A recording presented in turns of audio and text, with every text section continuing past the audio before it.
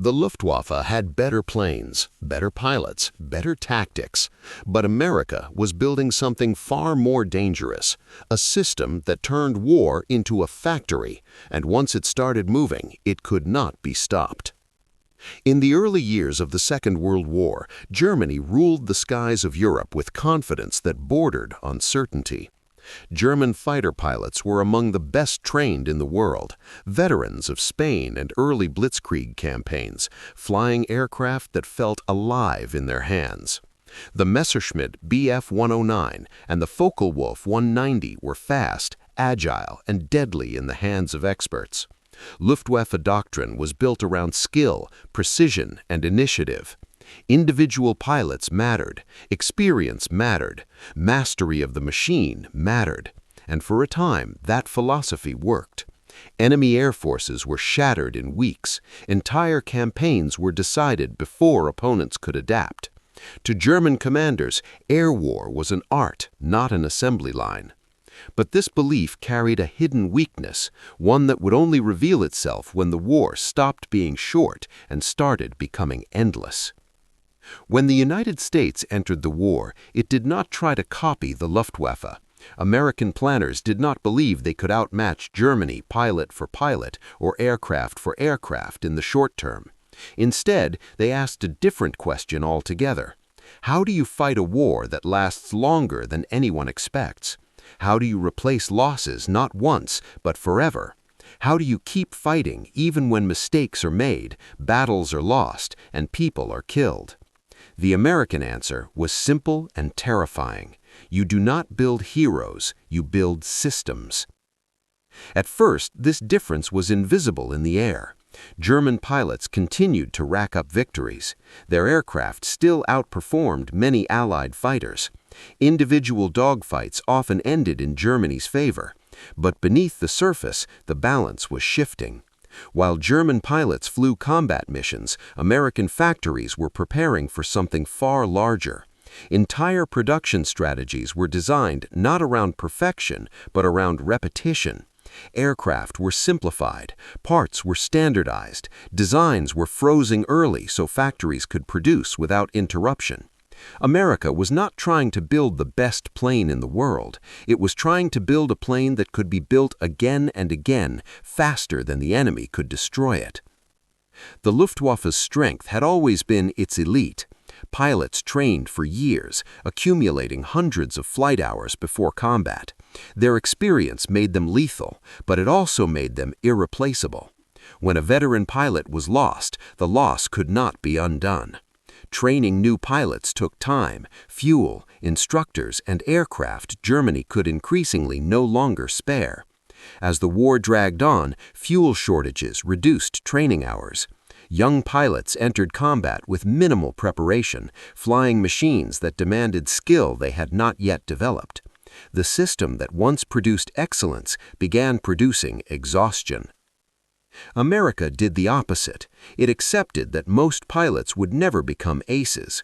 It designed training programs to produce competence, not brilliance. Flight schools expanded across the continent. Curricula were standardized. Instructors were rotated. Training aircraft were produced in enormous numbers. Pilots graduated by the thousands, not because they were exceptional, but because they were ready to function within a larger machine. Losses were expected, replacements were planned. Where Germany feared losing experience, America planned around loss itself. This difference became fatal as the air war intensified. German pilots would shoot down enemy aircraft, only to find that the next day the skies were just as full. Victories no longer reduced enemy strength, they barely slowed it. American units absorbed losses and continued operating as if nothing had happened. Aircraft were replaced, crews were rotated, maintenance schedules continued. To the Luftwaffe, it felt like fighting the ocean. The machines themselves reflected this philosophy. German aircraft were often masterpieces of engineering, optimized for performance but sensitive to conditions. They required skilled maintenance, careful handling, and ideal supply chains. American aircraft were built to survive abuse. They could fly damaged, they could be repaired quickly. Their systems were designed for average mechanics working under pressure. Where German engineers chased excellence, American engineers chased reliability. By the time Germany introduced revolutionary designs like the Me-262 jet fighter, the war had already changed. The jet was faster than anything the Allies could field, but it entered a system that could not support it. Fuel was scarce, pilots were inexperienced, production was slow and vulnerable to bombing. Every lost jet was a disaster. America, meanwhile, continued producing proven designs in overwhelming numbers. It did not need miracles, it had momentum. The Luftwaffe's pilots began to realize the truth in combat. Dogfights still mattered, but they no longer decided anything. Skill could win an encounter, but it could not win the war. Every mission felt heavier than the last, every loss cut deeper, every success felt smaller. Across the sky, the enemy seemed endless. This was not because American pilots were better, it was because the American system was stronger. War had stopped being about who flew best, it had become about who could keep flying longest. And in that contest, Germany was running out of everything except ideas. America, by contrast, had turned war into a process. Factories fed training schools fed squadrons fed combat, losses fed data fed production. The loop never stopped. By the time German commanders fully understood what they were facing, it was already too late. The Luftwaffe was no longer being defeated in the air, it was being outproduced, outtrained, and outlasted. The realization was brutal. Germany had been fighting the last war with better machines. America was fighting the next war with better systems. And systems, once set in motion, do not get tired. They kept moving forward, regardless of cost, weather, or resistance. And this was the reality now facing the Luftwaffe. German pilots no longer measured success by victories, but by survival. Missions that once felt routine became desperate calculations of fuel, altitude, and escape routes. Every takeoff carried the knowledge that replacement was unlikely if something went wrong. Meanwhile, American air units operated with a calm that bordered on indifference to danger, not because they were fearless, but because the system behind them removed fear as a strategic factor. Crews knew that damaged aircraft could be repaired, that lost planes would be replaced, and that if they did not return, others already stood ready to take their place. This knowledge changed behavior in subtle but decisive ways. It encouraged consistency over brilliance, coordination over individual action, and endurance over daring. German aircraft design had always reflected a belief in superiority through performance: lighter frames, higher climb rates, tighter turns. But these advantages mattered less as battles expanded beyond dogfights into sustained campaigns. American bombers flew in massive formations, protected not by agility, but by density. Fighters escorted them not to seek glory, but to deny opportunity. Losses were calculated, expected, and absorbed. German pilots attacking these formations felt the imbalance immediately. Shooting down one bomber meant little when dozens more continued forward, engines humming steadily, formation unbroken. Every successful interception cost fuel, ammunition, and pilots Germany could not afford to lose. On the ground, the disparity grew even sharper. American air bases functioned like factories themselves. Maintenance was organized into shifts. Spare parts arrived on schedule. Aircraft flowed through inspection, repair, and refueling with predictable efficiency. German airfields, by contrast, became sites of improvisation. Mechanics worked miracles with limited tools and dwindling supplies. Fuel shortages grounded aircraft that were still perfectly capable of fighting. Training flights were canceled. Pilots lost proficiency. The system was collapsing inward. Even command philosophy reflected this divide. American air doctrine emphasized coordination, communication, and redundancy. If one unit failed, another compensated. If a plan encountered resistance, alternatives already existed. German doctrine, built on initiative and flexibility, struggled when initiative could no longer be supported. Flexibility without resources became chaos. Commanders issued orders they knew could not be fully executed. Pilots took off, knowing their chances of return were shrinking. By late 1944, the air war had reached its conclusion in all but name. Germany still possessed advanced aircraft, it still possessed talented engineers and brave pilots, but it no longer possessed a system capable of turning those strengths into results. America did. The war had been decided not by a single breakthrough, but by accumulation. Aircraft by aircraft, pilot by pilot, factory by factory, training class by training class. The skies reflected this truth with brutal clarity. Where German formations thinned, American formations thickened. Where German pilots conserved fuel, American pilots flew daily. Where German losses echoed for weeks, American losses disappeared into statistics. This was not superiority, it was inevitability. And once inevitability took hold, resistance became symbolic rather than strategic. The Luftwaffe story is often told as one of lost opportunity or delayed innovation, but the deeper truth is simpler and harsher. Germany built weapons for excellence. America built a machine for continuity. One could win battles, the other could win time. And in modern war, time is the most decisive weapon of all. Time favored the side that could control it, and by this stage of the war, Germany had completely lost that control. Every decision became reactive. Every innovation arrived too late. German engineers continued to propose bold solutions, new fighters, improved engines, radical concepts meant to restore balance in the air. But ideas now moved slower than reality.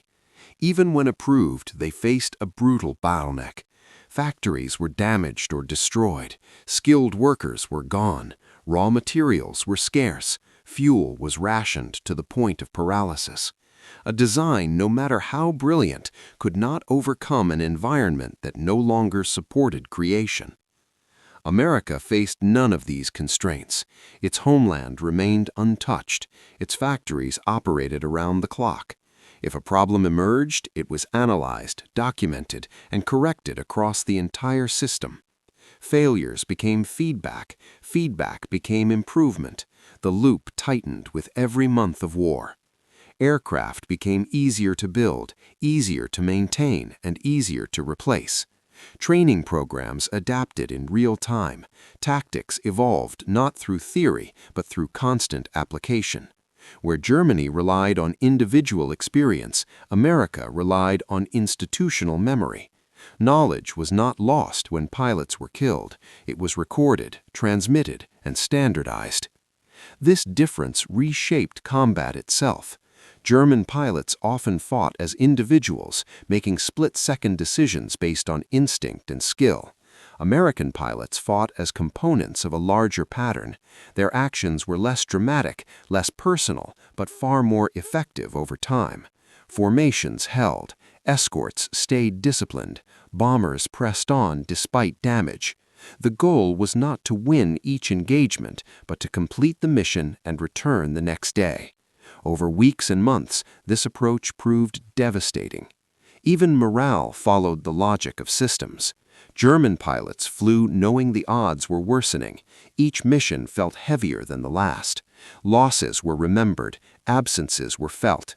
In American units, rotation policies, leave schedules, and replacement crews created psychological distance from individual loss. Grief existed, but it did not paralyze operations. The system continued moving forward regardless of emotion. This emotional insulation was not cruelty, it was design. By the final months of the war, the outcome in the air was no longer in doubt. The Luftwaffe still fought, still resisted, still achieved moments of success. But these moments changed nothing. They could not reverse trends measured in factories, training rosters, and fuel reserves. The American system had reached a point where even failure could not stop it. That was its ultimate strength.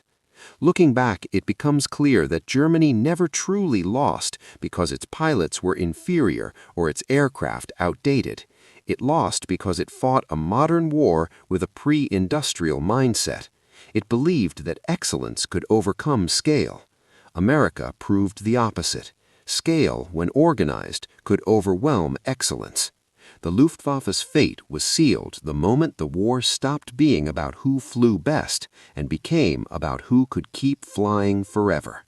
And in that silent realization, written across empty hangars and crowded enemy skies, the truth of modern warfare revealed itself.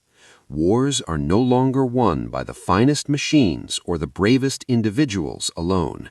They are won by systems that endure, adapt, and never stop moving forward. That realization did not arrive all at once. It crept in gradually, mission by mission, loss by loss. German pilots began to notice patterns they could not ignore. No matter how many aircraft they destroyed, the enemy kept returning in greater numbers. No matter how advanced their machines became, the sky never emptied. Each engagement felt increasingly symbolic, as if they were fighting the output of a factory rather than an opposing air force. This was deeply unsettling for a force built on pride, skill, and personal achievement. The Luftwaffe had been designed to win quickly, decisively, through superiority. It had never been designed to endure an endless war of replacement. America, by contrast, had embraced that reality from the beginning. Its system assumed attrition, it assumed mistakes, it assumed loss. And because it assumed these things, it neutralized them. A destroyed aircraft was not a tragedy, it was a statistic. A lost crew was mourned, but the mission continued. This was not heartlessness, it was organization on a national scale. Every element existed to support continuity. When one part failed, another filled the gap. When a weakness appeared, it was corrected across the entire system. This created a form of momentum that no single victory could disrupt. In this environment, the Luftwaffe's strengths became liabilities. Aircraft that required exceptional skill limited who could fly them. Designs that pushed the edge of performance demanded conditions that no longer existed. Innovation became increasingly detached from reality. The faster Germany tried to leap ahead technologically, the more it strained a system already collapsing under pressure. Each new breakthrough arrived into a world incapable of sustaining it. Meanwhile, American aircraft evolved slowly, deliberately. Changes were incremental, carefully tested, and introduced without halting production. The system never stopped. That continuity was decisive. By the time Germany recognized what it was truly fighting, it had no way to respond. It could not rebuild its factories. It could not retrain its pilots. It could not recreate the lost years of industrial preparation. The war had already moved beyond reach. In the end, the Luftwaffe was not defeated by better pilots or superior dogfighting tactics. It was defeated by arithmetic, by production rates, by training throughput, by fuel reserves, by logistics schedules, by systems that operated day and night without pause. Germany had fought the war it wanted to fight. America fought the war that existed. And that is why the outcome became unavoidable. Once war was transformed into a factory process, victory belonged to the nation that could keep the machines, the people, and the system moving without interruption. The Luftwaffe had better planes, but America had built a war that never stopped coming.